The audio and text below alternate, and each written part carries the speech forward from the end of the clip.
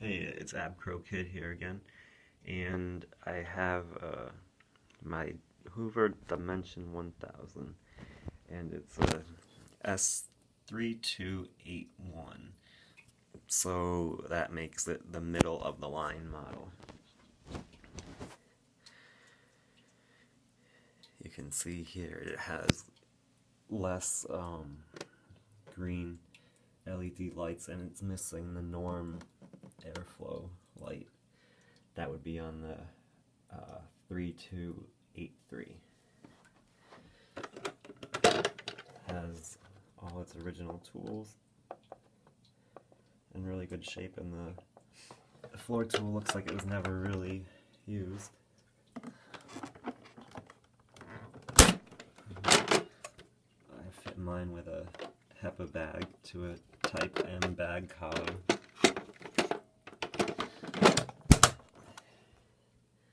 I have the original owner's manual for this.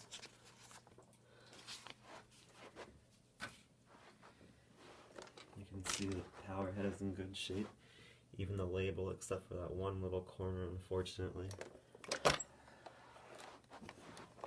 And the brush roll is in good shape. I think I have 2 or 3 new old stock complete brush rollers laying around that I kind of hoard, but you can see if I angle this right, it sticks out really far past the base plate. And here's the handle. Of course, it's missing the little slider thing, which they all seem to. And the hose itself is in really good shape. You can see where it comes out of the handle all the way around. There's no kinks. There's just that one deformation right there, but it's not anything enough to impede the airflow.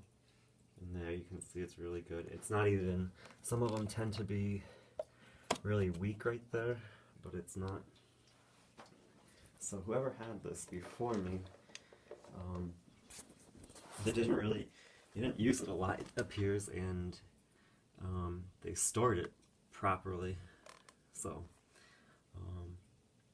I'll go ahead and turn it on. It does have the auto function if you didn't catch that earlier, but I typically do it in manual mode, and I always start it on the lowest speed just because I want to preserve the motor, but that might be overkill. But anyways, go on, turn it on now and go from there.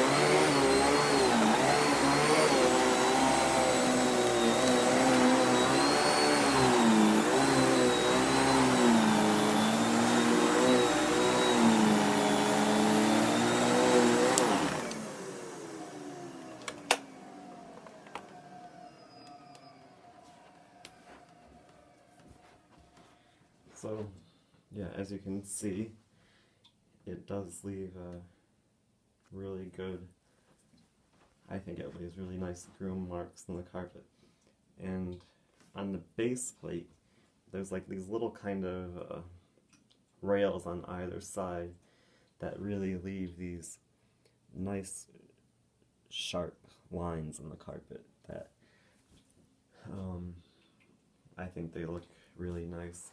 And I have a new old stock power head, the model below this. It's still a quadriflex, but it doesn't have the one end. I think they were sold on the Spirit canister, and that leaves really, really nice marks because it doesn't have the little side brush, so it looks more complete, I guess. But anyways, I still think this does a really nice job too, and it's just a really good canister for back in the day. Not as convenient to use as maybe a Eureka Express. You know, it's like Hoover did the direct connect down there, which who cares? I mean, you only take the hose out sporadically maybe, whereas here you're constantly connecting and disconnecting. But Hoover never really seemed to catch on with that. They continued to do this type of setup well into the 2000s, basically until TTI came around and they got rid of the Hoover wind tunnel canister. Did they finally go to something direct connect? But at that point it wasn't even worth buying a canister from them, in my opinion. So for whatever reason, Hoover decided never to do a direct connect here, the spot where you're constantly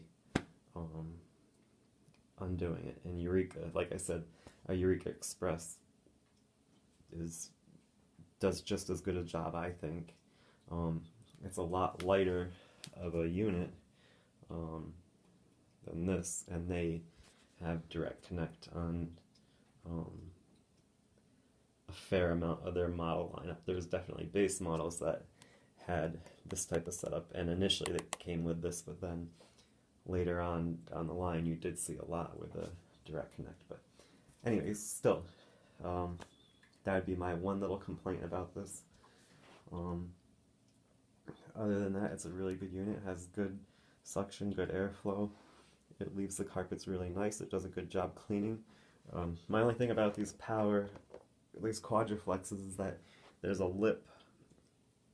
I think it's part of the top hood or the bottom, but if you're vacuuming up kitty litter or sand, the sand or kitty litter accumulates in that little lip on the inside of the nozzle. So when you go to tip it, if you tip it up like this while it's running, you can feel the sand like shaking itself out of that lip, and it starts like blasting your legs with it. And then if you tip it all the way back like this while it's off, you can see all of the sand and kitty litter that collects in this front lip under here just falls down. You can see it just collecting down there. So kind of a little bit of an annoyance, but I'm sure the designers back then that was just an oversight, or they just didn't care. So